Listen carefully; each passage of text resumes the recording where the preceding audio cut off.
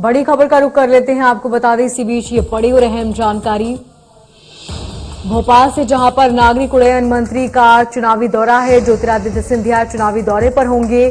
24 अक्टूबर को चुनावी दौरे पर रहेंगे ज्योतिरादित्य सिंधिया। दोपहर 12 बजे नेपानगर विधानसभा में चुनावी सभा को संबोधित करेंगे।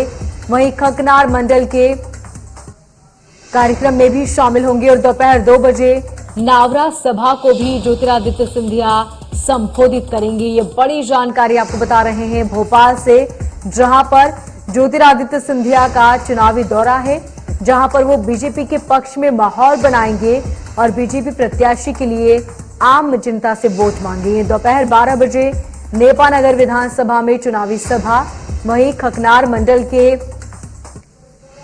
कार्यक्रम में भी शामिल होंगे। और कुलभूषण हमारे संवाददाता लगातार भोपाल से हमारे साथ बने हुए हैं। जी कुलभूषण, जो कार्यक्रम होगा उसमें किस तरह की व्यवस्था की गई है और किस वक्त ज्योतिरादित्य सिंधिया भोपाल पहुंचेंगे?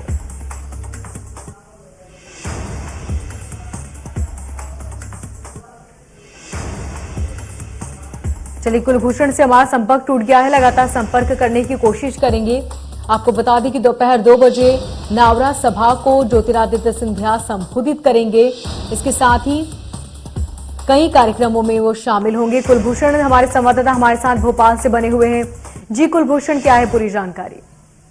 बिल्कुल, केंद्रीय मंत्री ज्योतिरादित्य सिंधिया अब उपचुनाव क्षेत्रों की सीटों पर जो है प्रचार प्रसार करते हुए नजर आएंगे। हालांकि उनका ये पहला दौरा रहेगा। इससे पहले लगातार नरेंद्र सिंह तोमर, प्रहलाद पटेल, पंकजा मुंडे, कैलाश विजयवर्गीय जो दिग्गज नेता है वो चुनावी क्षेत्रों में दौरा करते हुए नजर आए हैं। और अब ज्योतिरादित्य सिंधिया जो कि बीजेपी के एक युवा चेहरे हैं और लगातार पार्टी जो है कांग्रेस से जब वो बीजेपी में शामिल हुए तो कहीं ना कहीं एक बड़े चेहरे के रूप में वो उभरे हैं। और लगातार ज्योतिरादित्य सिंधिया को बीजेपी पार्टी दायित्व भी देती नजर आ रही है। और उनके चेहरे का एक बखूबी तौर पे कह सकते हैं कि यूज जो है वो करते हुए नजर आ रही है। और यहाँ पे ज्योतिरादित्य सिंधिया बीजेपी के प्रत्याशियों के लिए वोट मांगते हुए नजर आएंगे। 2 दिवसीय उनका पूरा दौरा कार्यक्रम रहेगा। इस बीच वो जनसभा को भी संबोधित करेंगे, बीजेपी के कार्यकर्ताओं से मुलाकात करेंगे और इस बीच जो संगठन के पदाधिकारी हैं उनके साथ उनकी बैठकें भी होंगी। क्योंकि ज्योतिरादित्य सिंधिया की जब सभा देखी जाती है तो एक भीड़ उमड़ती है और कहीं ना कहीं उनको देखने के लिए, उनके चेहरे को देखने के लिए, उनके भाषण को सुनने के लिए लोग हजारों की संख्या में उमड़ते हैं।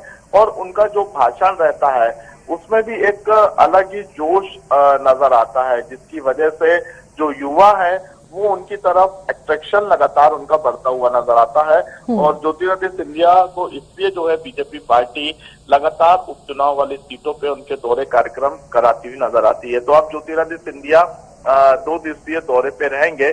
नेपानगर विधानसभा चुनावी क्षेत्र में वो बीजेपी प्रत्याशी के लिए वोट मांगते हुए नजर आएंगे।